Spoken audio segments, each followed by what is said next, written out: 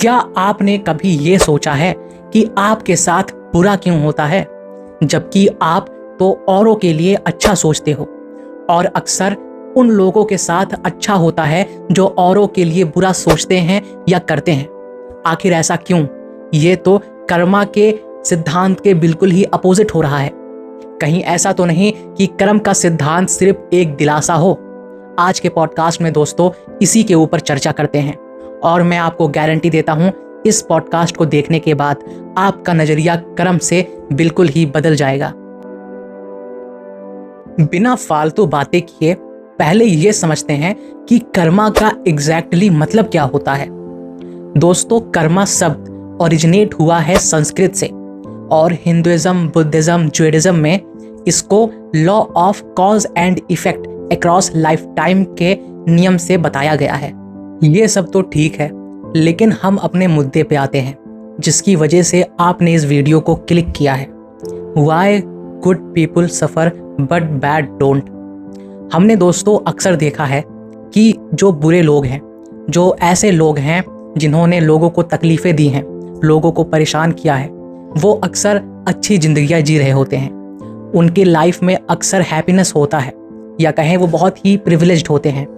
हमने अक्सर ये चीज़ें देखी हुई होती हैं कि कितने सारे पॉलिटिशियंस, कितने सारे बिजनेसमैन जिन्होंने लोगों के साथ अन्याय किया है, उनकी लाइफ काफ़ी ज़्यादा बेटर होती है कंपैरिजन अगर हम उनसे करें जो अच्छे लोग हैं, जो सीधे तरीके से अपनी ज़िंदगियाँ जी रहे होते हैं, जिनको किसी और के बुरे काम से कोई मतलब नहीं होता है, जो किसी और को उदास नहीं करना चाहते हैं, ऐसे लोगों से।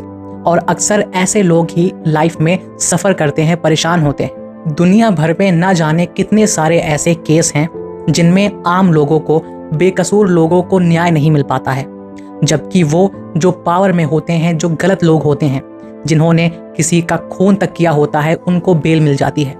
जो एक्सीडेंट्स कर देते हैं, अपनी महंगी महंगी गाड़ियों से लोगों को मार देते हैं, उनको बेल मिल जाता है, छूट जाते हैं, उनके साथ इंसाफ हो जाता है।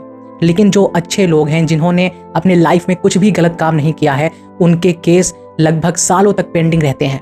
अगर हम ओवरऑल देखें तो जो अच्छे लोग हैं, जो बेकसूर लोग हैं, मासूम लोग हैं, वो अपने लाइफ में बिना किसी को परेशान किए, बिना कोई गलत काम किए ही सफ़र करते हैं। जबकि जो ऐसे लोग हैं जिन्होंने खूब सारे पाप किए, जिन्होंने खूब गलत काम किया, खूब लोगों को परेशान किया, वो अपने लाइफ में बहुत ज़्यादा परेशान नहीं होते, बल्कि और अच्छे तरीके से लाइफ को जीते हैं, या कहें उनकी क्वालिटी ऑफ लाइफ बहुत ही ज़्यादा बेटर होती है। अब ऐसा तो है नहीं कि मैं यहाँ पे कोई नई बात कह रहा हूँ या ये बात किसी को पता नहीं है। हमारे देश में लोगों को पता है ये बात। और लोग क्या कहते हैं इसके बारे में? ज़्यादातर लोग दोस्तों ये कहते हैं कि उन्हें अपने कर्म का फल उनके अगले जन्म में मिल जाएगा। उन्होंने जैसा कर्म किया, चाहे वो अच्छा हो चाहे वो बुरा हो, वो उसका फल अपने अगले जन्म में जरूर पाएंगे। ऐसा हमने अक्सर सुना है लोगों को कहते हुए। लेकिन सबसे बड़ा सवाल तो अब खड़ा होता है, जो आपको भी सोचने पर मजबूर कर देगा कि क्या सच में वो अपने कर्म का फल अपने दूसरे जिंदगी में चुकाते भी हैं? क्या दूसरी जिंदगी होती भी है? क्योंकि दोस्तों अभी तक साइंटिस्ट ने ऐसी कोई थ्योरी नहीं प्रूफ की है जिसमें ये बताया जा सके कि नेक्स्ट लाइफ का सिद्धांत भी होता है, अगला जन्म भी होता है। कई सारी चीज़ों में दोस्तों साइंस ने लगभग एक्सीलेंस हासिल की है, कई सारी चीज़ों का आंसर साइंस दे चुकी है, लेकिन अभी तक इस बारे में नहीं बता पाई है कि सच में हमारा अगला जन्म होता है कि नहीं। अब जहाँ ये भी ना पता हो कि मरने के बाद क्या होता है, हम इसको कैसे माने कि हम दोबारा जन्म लेंगे और दोबारा जन्म लेने के बाद अपने कर्म अनुसार फल पाएंगे। जिन्होंने बुरा किया वो बुरा, जिन्होंने अच्छा किया वो अच्छा। यही तो हमारे धर्म ग्रंथ, हमारे धर्मों ने बताया है कि स्वर्ग होता है और नर्क होता है। जो अच्छे काम करते हैं वो स्वर्ग में जाते हैं, जो बुरे काम करते हैं वो नर्क में जाते हैं। यही तो ओवरऑल हमारे धर्म का निचोड़ है। लेकिन क्या ये सब सच है भी?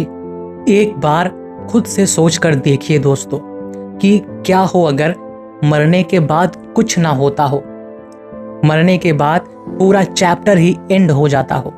ये खुद में ही सोचने वाली बात है। चाहे जितना ही धर्मों ने हमें ये बताया हो कि ये होता है वो होता है, लेकिन कुछ भी या कहें 99% ऐसी चीजें हैं जो प्रूवन नहीं है, ऐसी चीजें हैं जिनका अभी तक कोई भी एविडेंस नहीं मिला है। तो सवाल करना, क्वेश्चन मार्क लगाना तो बनता है, और हर इंसान के अंदर ये क्यूरियोसिटी आ जाती है एक टाइम पर कि क्या सच में मरने के बाद कुछ होता भी है या नहीं। क्या ऐसा तो नहीं कि पूरा चैप्टर ही एंड हो जाता हो, मरने के बाद कुछ ना होता हो। और क्या हो दोस्तों, अगर धर्म ने हेल और हेवन यानी स्वर्ग और नर्क का कॉन्सेप्ट सिर्फ इसलिए दिया हो कि बुरे काम कम हो सकें। क्योंकि दोस्तों ज़्यादातर लोग तो बुरे काम इसीलिए नहीं करते क्योंकि उन्हें डर होता है। डर किस बात का? डर होता है कि अगर मैंने बुरे काम किए तो मैं नर्क में चला जाऊंगा, अगर मैंने बुरे काम किए तो मेरी अगली ज़िंदगी बहुत ही ख़राब होगी, जैसा कि हमारे धर्मों ने बताया है। और सिर्फ एक धर्म ने नहीं, लगभग सारे धर्मों में हेल और हेवन, स्वर्ग और नर्क का कॉन्सेप्ट है। हर धर्म ने अपने फॉलोअर्स को ये बातें बताई हैं। हर सिक्के के दो पहलू होते हैं दोस्तों, और इस केस में दूसरा पहलू ये है कि असलियत में कोई भी नहीं जानता कि मरने के बाद आखिर क्या होगा, क्या होता है। सिर्फ दोस्तों लोगों के अपने अपने पर्सपेक्टिव्स हैं। हर धर्म के, हर स्पिरिचुअल गुरु के, हर फिलोसोफर्स के अपने अपने पर्सपेक्टिव्स हैं। कोई एक लॉ नहीं है, एक कन्फर्म लॉ नहीं है जिससे ये क्लियर होता हो कि ये तो होता ही है। ऐसा नहीं है। लोगों की अपनी अपनी मान्यताएं हैं इसको लेकर। फिलोसोफर्स की अलग, स्कॉलर्स की अलग, रिलीजन गुरुज की अलग। जो हेल और हेवन यानी स्वर्ग और नर्क का भी कॉन्सेप्ट है, ये इसका भी कोई प्रूफ नहीं है। अब इस पॉइंट तक आप खुद से सवाल करना शुरू कर दिए होंगे। आप सोच रहे होंगे कि क्या ये यूनिवर्स जस्टिस नहीं करता, इनजस्टिस है? क्या इस ब्रह्मांड में लोगों को न्याय नहीं मिलता? इस धरती पर लोगों को न्याय नहीं मिलता? और क्या कर्मा वर्क नहीं करता? जैसा कि हमने सदियों से सुना है लोगों को कहते हुए कि कर्म करो, अच्छे कर्म करो। क्या ये सब नहीं होता? दोस्तों इसका जवाब है, कर्मा काम करता है, लेकिन वैसा नहीं जैसा हम सोचते हैं, या कहें कि जैसा हम चाहते हैं कि वो काम करे। कर्मा ऐसे काम नहीं करता। कर्मा अपनी तरीके से काम करता है। कर्मा दोस्तों इस तरीके से काम करता है कि जो लोग बुरे काम करते हैं, जो लोग औरों को तकलीफ पहुंचाते हैं किसी भी तरीके से, वो नर्क में नहीं जाते, वो नर्क में जीते हैं। इसका क्या मतलब हुआ दोस्तों? इसका मतलब हुआ कि हमारे लाइफ के बाद कोई स्वर्ग या नर्क नहीं है। स्वर्ग या नर्क हमारे जीते जी ही है। हम जीते जी ही स्वर्ग या नर्क में होते हैं। हम अपने मन से, अपने सबकॉन्शियस से, अपने हार्ट से ही इन दो जगहों पर होते हैं, स्वर्ग में या नर्क में। अच्छे काम जब भी हम करते हैं तो हमें अंदर से खुशी होती है, हमें अंदर से अच्छा लगता है, हम बहुत ही लोगों के लिए आभारी फील करते हैं। लेकिन वहीं दोस्तों जब हम बुरे काम करते हैं, हम जब लोगों को परेशान करते हैं किसी भी तरीके से, तो हमें वो फीलिंग नहीं होती है, हमें आम इंसान की फीलिंग नहीं आ पाती है। हम अंदर से खाली खाली महसूस जरूर करते हैं, और वो गिल्ट, वो परेशानी दोस्तों हमें हमेशा परेशान करती है। जो बुरे लोग हैं या जिन्होंने किसी भी तरीके से लोगों के साथ अन्याय कर रहे हैं, वो खुश तो दिखते हैं बहुत ही अच्छे तरीके से। उन्हें देखने के बाद आप बता नहीं पाओगे कि उनके चेहरे पे जो खुशी है, जो हंसी है, वो पूरी तरीके से फेक है।